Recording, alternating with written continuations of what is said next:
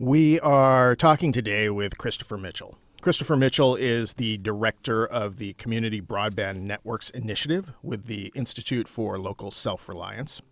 He is a leading national expert on community networks and speaks at conferences across the United States on telecommunications policy. On a day-to-day basis, he runs muninetworks.org, the comprehensive online clearinghouse of information about community broadband. In 2011, he released the Community Broadband Map, a comprehensive map of community-owned networks. And in 2012, he published 3 in-depth case studies of citywide publicly owned gigabit networks titled Broadband at the Speed of Light. Christopher, thank you very much for coming and spending time with us this morning. Thank you for having me. So start out, tell us a little bit about your organizations. Start with the Institute for Local Self-Reliance. Absolutely. We're about 41 years old, a nonprofit organization that focuses on keeping economic and political power local. We think the power should be at the local level and not vested in either federal government or large corporations. And about 10 years ago, we were looking at internet access and recognizing that this was something that was becoming essential for the community, and that local governments, communities had no real power to influence it, to make sure that there was certain levels of service delivered, quality, prices. They really didn't have much power at all to make sure they were well served. And we started looking at how they could solve that issue, and our focus ever since has been on municipal networks and cooperative approaches and other locally rooted solutions that make sure the network serves the community rather than the community serving the network. But we work in all kinds of areas as well. Small businesses, encouraging Main Street over national chain stores. We work with decentralized energy. We work with encouraging composting and other useful ways of turning the what we often throw away into useful materials. So there's a variety of programs, but I run the one that focuses on the internet. And how'd you get involved with internet-based issues? Well, I was fortunate enough to be raised. My dad had gone back to college when I was young, and he got into computers. And so I sort of grew up with computers becoming a thing, in that right age where that was maybe in about high school when people started learning about this thing called the internet. I started making web pages. This was back when it was really easy. I did some server administration. I worked as a programmer. I did a number of things like that, but I didn't really want to do a lot of programming and that sort of thing. So I ended up going back to school, and I got a master's in public policy. And about 3 or 4 days before I graduated, a job posted to work on this interesting nonprofit. And sometimes I say that this is an organization that was looking for someone that had a technical background, was interested in this brand of locally focused politics, and had a policy background as well. And in the Venn diagram, I was the one person in sort of the maybe 5-state area that had those qualifications. So I joined up with them 8 years ago, and I've loved it ever since. All right. So what brings you to Seattle? Well, for Seattle, I've been out here a number of times. There's a lot of interest in a community network. And Upgrade Seattle, they've just launched this week, which is an organization that's really working toward a municipal broadband network, making sure that everyone has some great access in Seattle. And so we had an event last night at Town Hall. We had an event recently in Town Hall, and then we also had 2 lunch and learns where we had met with some people from City Council and anyone that wanted to come down for one of them. And the other one was at the Impact Hub, where a lot of more technical kinds of folks were. And just talking about these things, usually I would give a short presentation and then a lot of Q&A. So that's one reason. And another reason is, frankly, I always love coming out to Seattle. I have some friends out here, and it's always, it's a wonderful place to visit. All right. So give us a idea about back with your organization. How many municipalities, how many cities in the U.S. are wrestling with the idea of publicly owned and controlled broadband? I actually thought you were going to lead somewhere else with that. And I was going to say every municipality is wrestling with how to get better internet access. But many of them have not really considered publicly owned options yet. I think in this time and age, a lot of local governments are intimidated by that. I think we're tracking over 450 cities that have already done something in the way of municipal networks where they're delivering service to some private entity. I estimate there's well over 1,000 communities where they have some level of access to public library or schools, water department, that sort of thing. So this is not something that's totally rare, but is growing rapidly in terms of cities that are considering mixing it up with the existing cable and telephone companies to provide some level of competition. And one of the faster growing areas is larger cities. We're seeing, obviously Seattle is in many ways been studying this more often and in more in depth than most large cities. But New York City, Chicago, San Francisco, Boston, a number of other cities are all looking at this and trying to figure out what targeted investments they can make. There's these networks that are often Chattanooga is seen as the ringleader of cities that have built their own network, and effectively I like to say they've sort of perfected the cable monopoly model.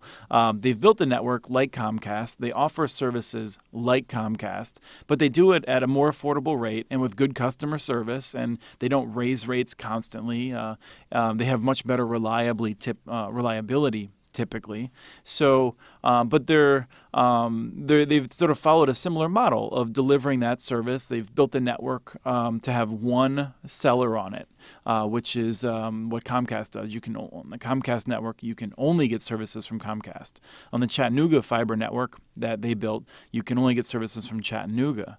Now, there's other approaches that some communities have wrestled with that I think Seattle might consider, where and actually, Tacoma's done this on the internet access side, and Mount Vernon has done it with incredible success up just north of Seattle in Skagit County, where the city has built fiber and works with private companies or independent companies, because you could have a nonprofit or other kinds of entities offering service.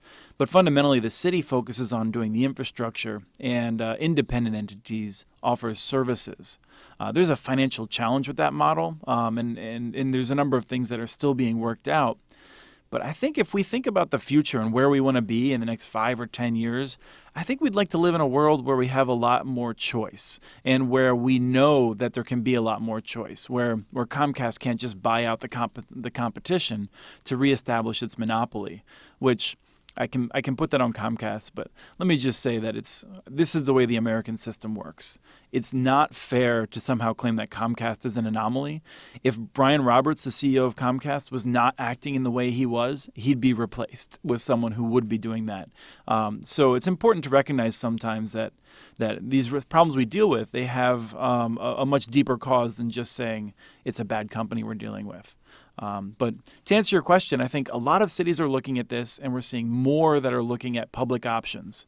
And in Seattle, there's a recent survey as part of a study said that 2 out of 3 people in Seattle want the local government to do something, whether that's building and operating a network or enabling others to come in with a city-owned network that would be with services delivered by the private sector.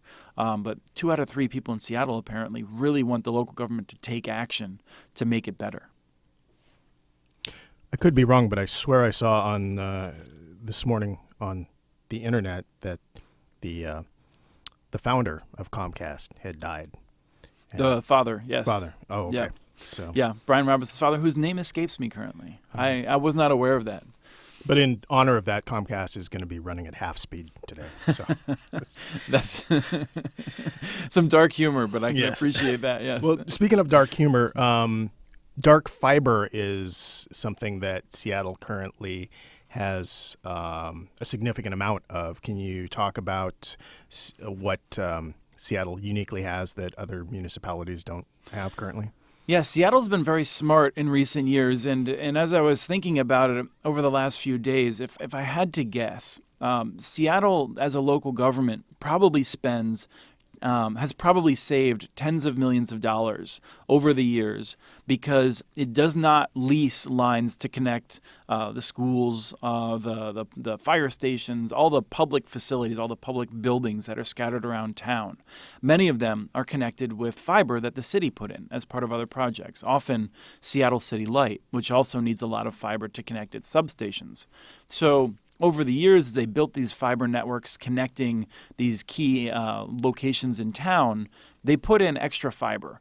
And that makes sense because the cost of a project is significant to get fiber in the ground typically. The cost of adding twice as much fiber as you might need is very low. And so you always want to put in as much fiber as you can to make sure you never have to go back and add more fiber in a given route. So Seattle has had this extra fiber. And so if you have a bunch of fiber, let's say 100 strands in a given route from point A to point B, you might be using 10 of them. You might have another 10 that are reserved for future use or for if something goes wrong with those first 10. But then you'd have another 80 strands that are considered dark because they're not being used. You light fiber when you put these lasers on each side that allows it to transmit information. So when the fiber is not being used, it's considered dark, and it's terrific to lease to companies that have a need to use a high bandwidth capacity. So data centers, companies like Microsoft and Amazon, they're going to really want to use dark fiber connecting their large employment centers, their data centers, and things like that. But also other carriers, companies you might not be familiar with, like Level 3 and Cogent that want to get from one place in town to another may use that rather than putting their own in. So when you have that dark fiber, you can enable more investment. And you have the ability, I would say, to think about how in the future the city might be offering services itself. It might itself decide to use some of that fiber to deliver better access. In many ways, the dark fiber that exists is kind of like an interstate.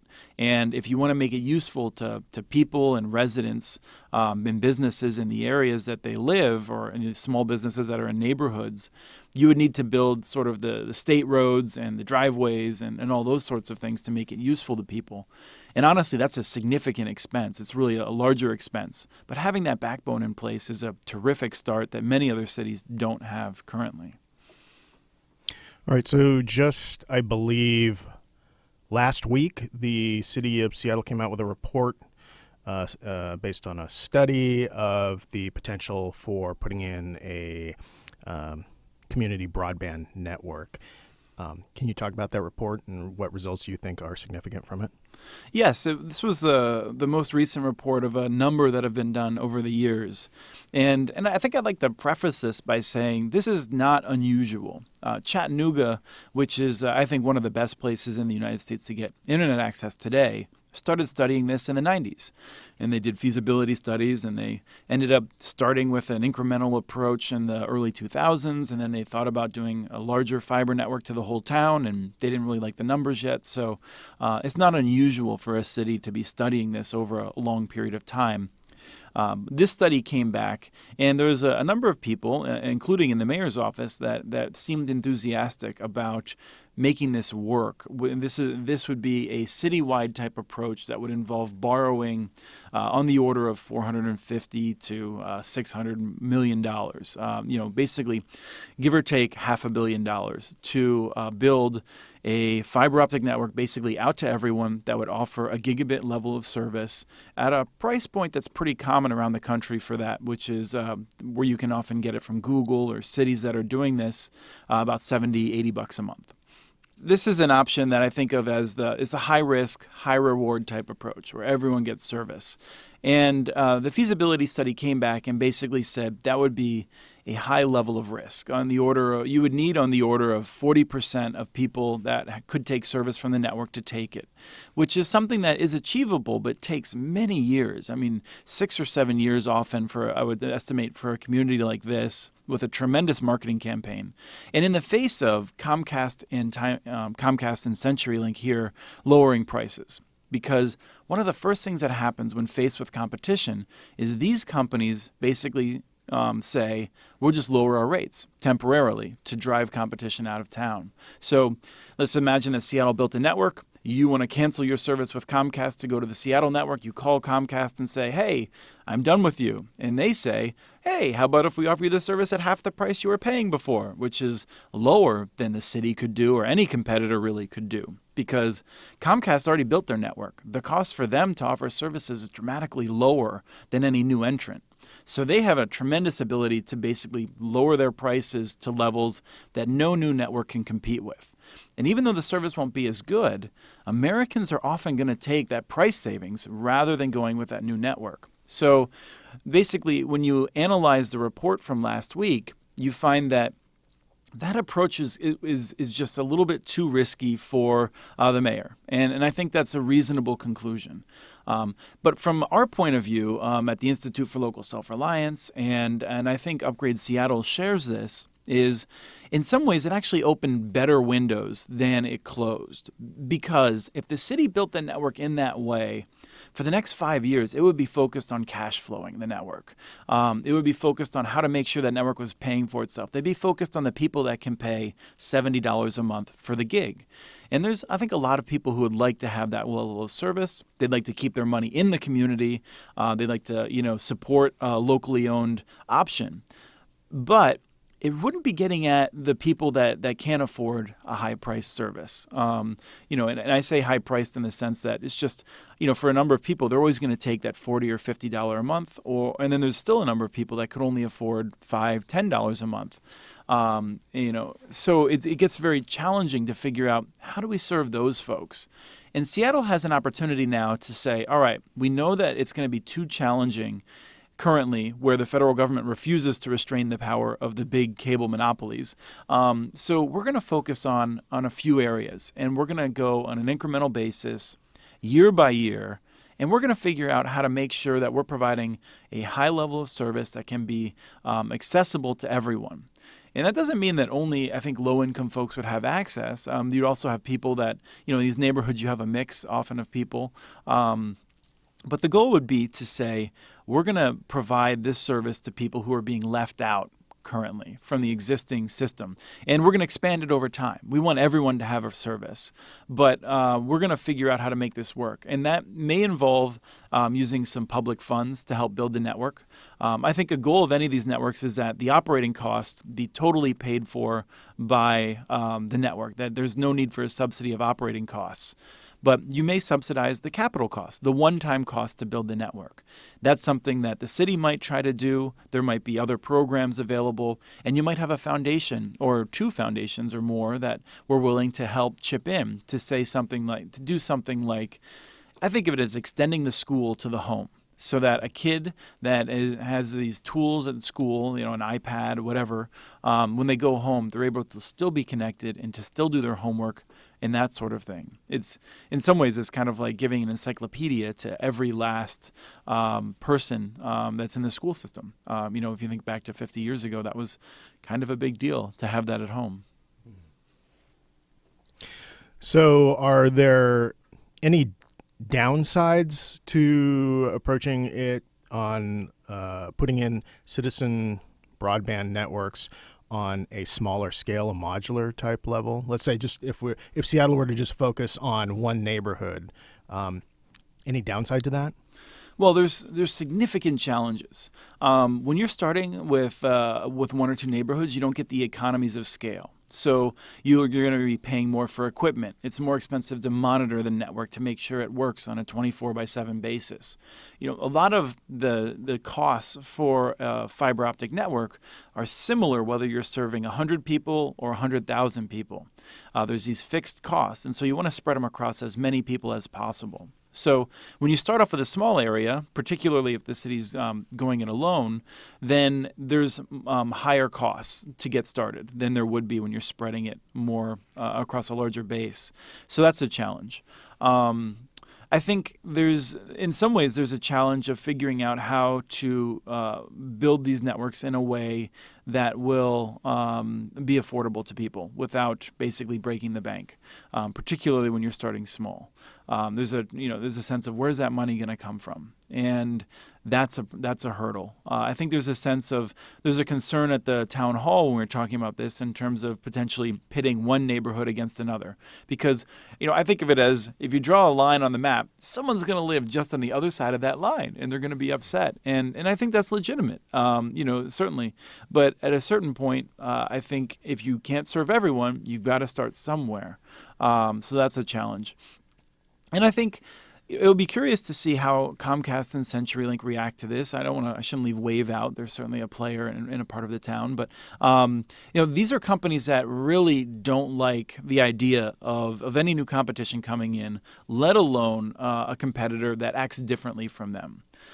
Cities, when they build networks, don't act like the cable company in many cases. Even when they use a similar model, as I said with Chattanooga, they still have a different sense. And Chattanooga builds this network. It's not thinking, how can we get the most money out of our customers? They're thinking, how can we improve quality of life so people will want to live here, so that we can raise our property values? They're thinking, what can we do to attract job creators and to attract firms that are going to want to build and locate in our community? So they just operate in a different mindset, and that results in I think a level of competition that Comcast is not used to competing with. Comcast likes to compete with CenturyLink, where you're going to get bad customer service no matter which company you go with. They don't want to compete where they're trying to deal with a different kind of entity, and they're going to do everything they can. They'll be lobbying the city council to make sure that if there's a phase 1, there's never a phase 2. They're going to be trying to kill us in the crib, and that's where I think we need people to really engage with city council and say, we can't just sit back and do nothing. When I have candid talks with elected officials in cities, I talk about this as a damned if you do, damned if you don't approach. If Seattle City Council and the mayor, if they don't do anything, then you're basically going to be in the middle of the pack. Comcast is not going to let you fall off the end of the bus. Comcast is going to keep investing. CenturyLink has invested more in Seattle than in most of its metro areas. So people who can afford over $100 per month connection, for a high quality connection, it will be available to a significant number of them over time. But no one's really we're not really gonna solve the issue of how to make sure kids get a great education, in terms of going through the schools and having access in their home to do their homework and things like that. It's not going to happen if the city doesn't take action. If the city does take action, then you'll see more investment from the incumbent providers, and they're going to be engaged in everything they can to try and kill it off. And of course, they're not going to give the city credit for the fact that if they're lowering people's bills or if they're investing more, they're always going to claim, oh, we were always going to do that, even in the face of not having competition, which we've seen what happens when there's not a lot of competition. It's basically a very frustrating market to try and get high-quality services in. So if the city does nothing, you don't really have good outcomes. If the city does something, it still has a very hard fight in which I think things are better for everyone. But frankly, the elected officials may not get the credit for that improvement in investment, lower prices, and that sort of thing. So this is something where we need elected officials to have spine and to basically invest in something for the fact that it's going to be a win for the community over the long term, rather than because there'd be a photo with a nice ribbon cutting and that sort of thing. Have large corporations like Comcast and CenturyLink filed legal suits against any municipalities that have tried to do this? Boy, have they. They certainly have. And the interesting thing is most of them have been unsuccessful. So, it's not a matter of Comcast saying, we think we're going to win by filing this suit. This is true. Off the top of my head, I can't think of anyone that CenturyLink has done, but in broad strokes, the large cable and telephone companies have done this in many cases, where they've filed lawsuits, often that they knew they were going to lose. One in Minnesota basically argued that revenue bonds could not be used in this technical manner, that if the court had agreed with that argument, basically would have made revenue bonds unusable for almost any project, swimming pools, anything. It was a crazy argument, and it took a year for the court to throw it out, because you have the district court that says we're going to dismiss this case, with the first motion that was filed, basically. That takes a number of months, and then they get 30 days to appeal. So on the 29th day, there's an appeal, and then the circuit court looks at it and says, this is somewhat ridiculous. We're gonna affirm the district court's decision to throw it out. And then there's an appeal. Usually at the 29th day of the 30-day cycle that they have to delay. And so in Minnesota, it literally took, I think, 363 days for the courts to toss out a rather ridiculous lawsuit that delayed a city. That city incurred millions of dollars in legal fees and losses due to the delay of not being able to build, even though they were very confident they would win. You just can't start building on the basis that you might lose legal authority if there's a 1% chance. And in the meantime, the company that was suing the city and had previously said, our DSL is great, nobody needs anything more than our DSL, they used that year to significantly build up their network and offer better services to commercial clients, give them 3-year exclusive contracts where they lock them away. And the city, in that case, Monticello, Minnesota, never really recovered. And the lawsuit was a big part of that. The network has not been able to run in the black. And that's something that is rather rare. I'd say less than 10% of municipal networks struggle financially in that way. It does happen sometimes, but in this case, you can trace a lot of it back to the lawsuit, and then after that came predatory pricing from the cable company. So these companies, they do a lot, and our anti-monopoly apparatus, ever since the late 70s and early 80s, has not dealt adequately with the way large companies are able to pressure small companies in a variety of markets, but especially in telecom. It's something that I think people in the Tea Party and on the right often talk about, a war against small business, a war against entrepreneurship. And I disagree with some of their analysis and how they might see that. But I think in some ways they're right in the way that the federal government basically lets these large corporations take the gloves off to use their massive power to hurt any either small company or municipalities, which are often the size of small companies, to engage in competition. So, of your observations of the municipalities that have put in these broadband networks, and I mean taking them to completion, how many of those have been success stories? Well, I think you could break it down into different models. Of the models in which there's an incremental type approach, which is, I think, what's best for not just Seattle, but at this point, any city of larger than maybe 300,000 people, I don't know of a story that's not successful, and that's because typically there's very low risk with going with an incremental approach. If you say I'm going to build from point A to point B, and I know that those costs will be covered by these benefits of connecting a public entity or something else along the way, and then you put in extra capacity and you serve some businesses that are nearby and that sort of thing, it's so low risk that it's hard for that to fail. Even if only 1 or 2 businesses take service, a lot of times that'll be enough revenue to have justified the minor extra expense of using fiber that was already there. So there's almost no risk there. Of the cities that have gone with a citywide type approach, then you have issues with you engage in more risk for greater payoff. So I think there's cities that have done tremendously well, like Chattanooga, like Wilson, North Carolina, where there's no doubt that they're paying down their debt, in many cases faster than expected. The network has no problem operating in the black. They have tremendous social benefits from it. And then you have, I'd say an equal number of outliers on the other side. For every city that is generating, like in the case of Spanish Fork, Utah, or Thomasville, Georgia, you have these networks that generate tremendous revenues that maybe subsidize other taxes. So Thomasville, Georgia lowered some kinds of taxes in the community because they had so much more revenue from the municipal fiber network and cable network in that case. There's for every one of those, we have this outlier of success. You have ones that have racked up too much debt and not been able to pay it off. And locally, there's Ashland, Oregon, which has struggled with this. The cities in Utah that had, in some cases, bad luck, in some cases, bad management, and in some cases, you had Comcast and the precursor of CenturyLink, which was US West at the time, I believe, made their life miserable and made it very difficult for their network called Utopia to cash flow. And so they're struggling with high debt.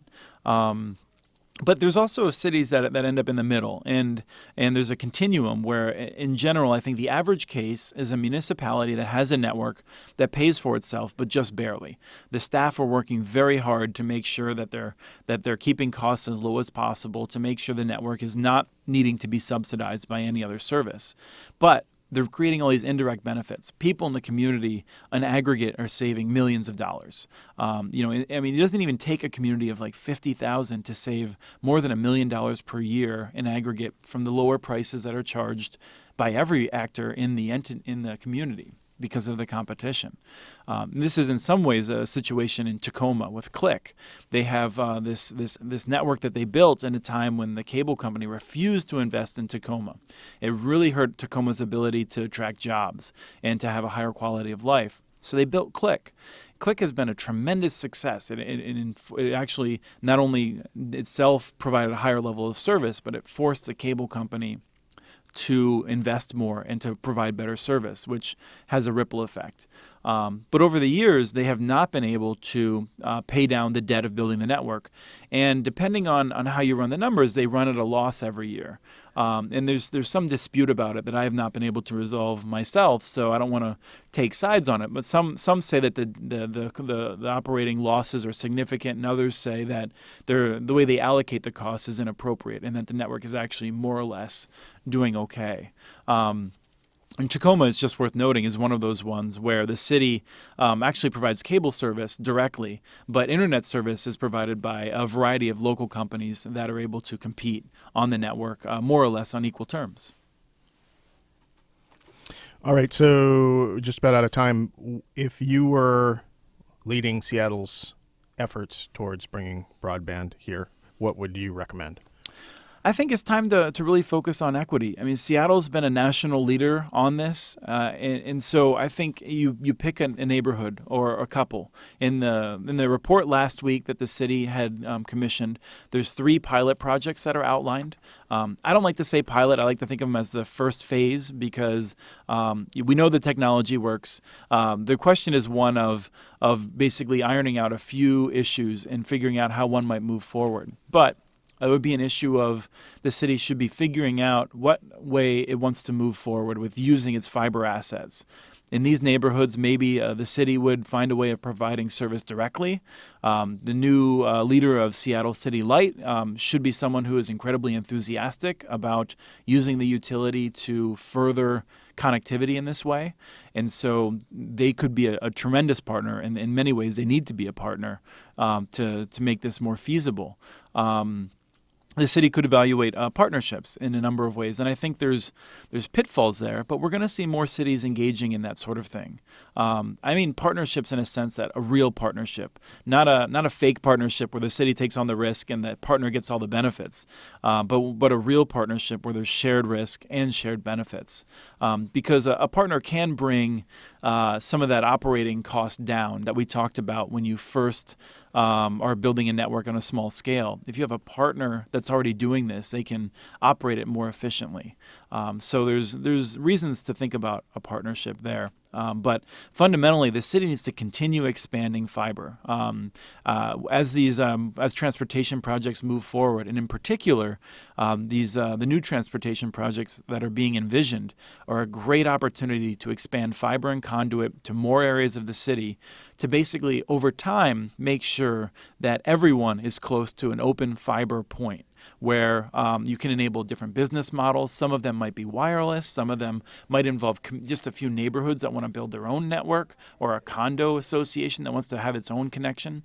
If I can get fiber nearby, you start to enable more options, which is something we've seen out of Stockholm, which is a real leader in this space internationally with fiber everywhere that's owned by the city. So those are the things the city needs to be doing to move forward, and there's a lot of opportunities to do that. All right. Well, with that, we are unfortunately out of time. I want to thank you very much for coming and spending time with us today.